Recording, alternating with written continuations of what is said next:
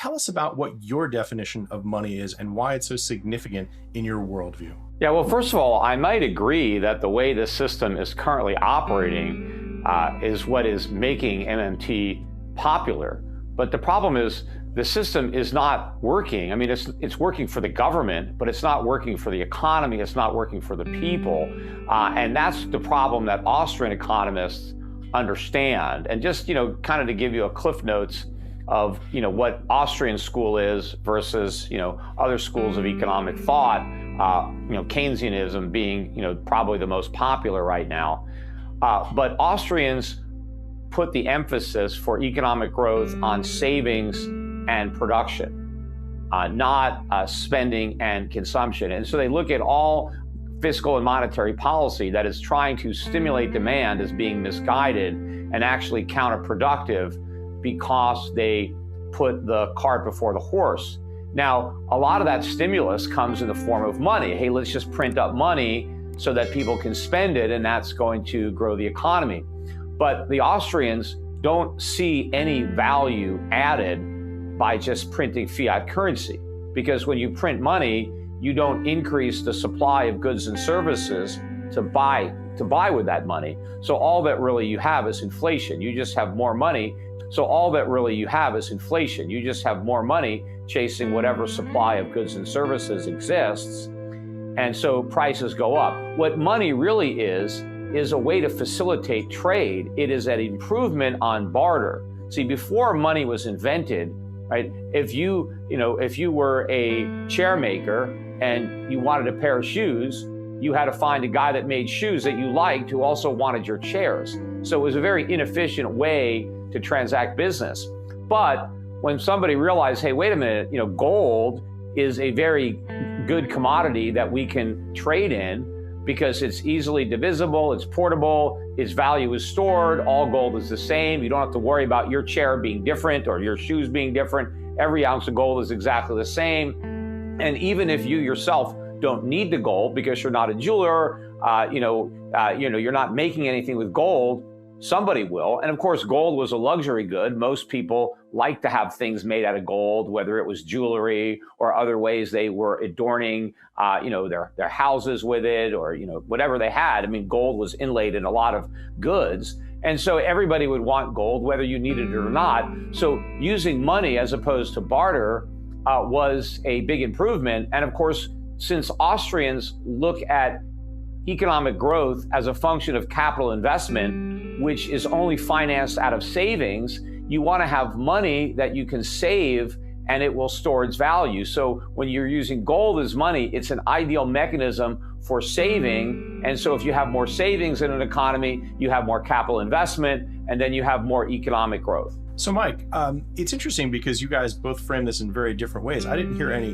direct disagreement in terms of Peter's view about the supply side and production rather than something that comes from the demand side and consumption. What are your thoughts about that? I think part of the challenge, and again, it goes back to how does the system actually work and what are the complaints? We can spend our time worrying that the current system does not place appropriate limits on what the government does to stimulate. And by the way, I actually agree that the way the government spends money or the manner in which stimulus is provided can have a huge impact. But the idea that somehow or another we need to go back to a system that derives the value of money as a commodity or a barter, or that the limitation needs to be the physical dynamics, in my opinion, actually hurts our process. It requires us to move backwards to an extraordinary degree in a manner that is unproductive, right? So the way I would ultimately, or where I would significantly disagree with Peter is I do think that governments can actually positively influence outcomes, right? We've seen this in areas that have good governance, like Singapore. We've seen this in areas that have bad governance, many emerging markets that have failed to emerge. You can point to Zimbabwe, for example.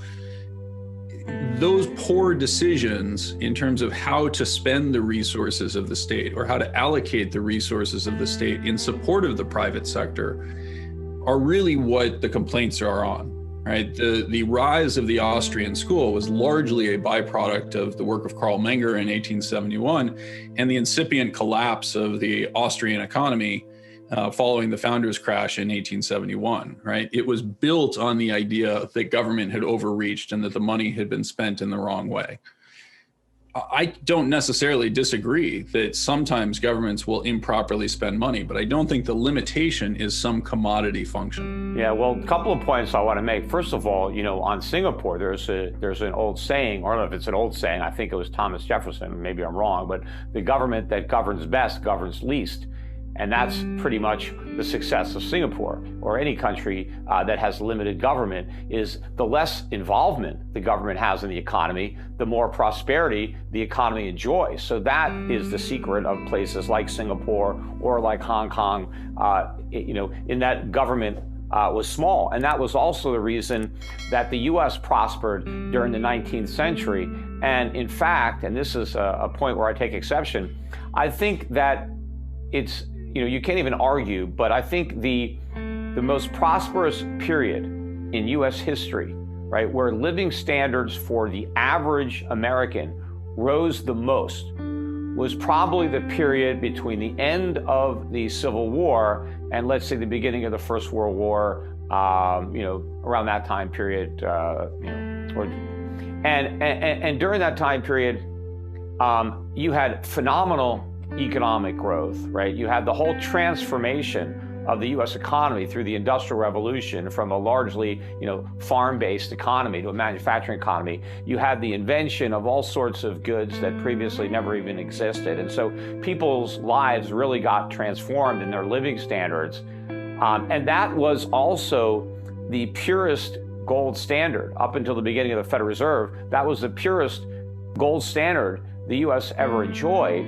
And that was the most prosperous period in U.S. history. And so having gold as money was not an impediment to economic growth. In fact, it helped foster economic growth. And despite all that rapid economic growth, and also at the same time, America was absorbing millions and millions of immigrants, including all four of my grandparents who came to America during that period from Eastern Europe, right? Lots of people were coming here.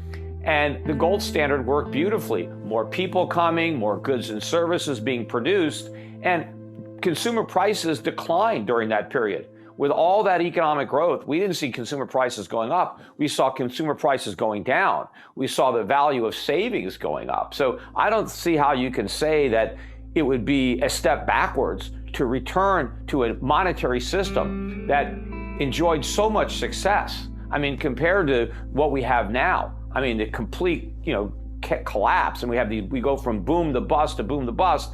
But we've basically hollowed out the entire U.S. economy under this fiat system. We've gone from the world's biggest creditor to the world's biggest debtor. I mean, the standard of living of average Americans has been destroyed by government. I mean, now a middle-class family, you have two people barely making a living, whereas prior to that, one person could have a job and support an entire family and have savings. So I think that it's not a step backwards. It's progress to go back to what used to work rather than continue what's failed.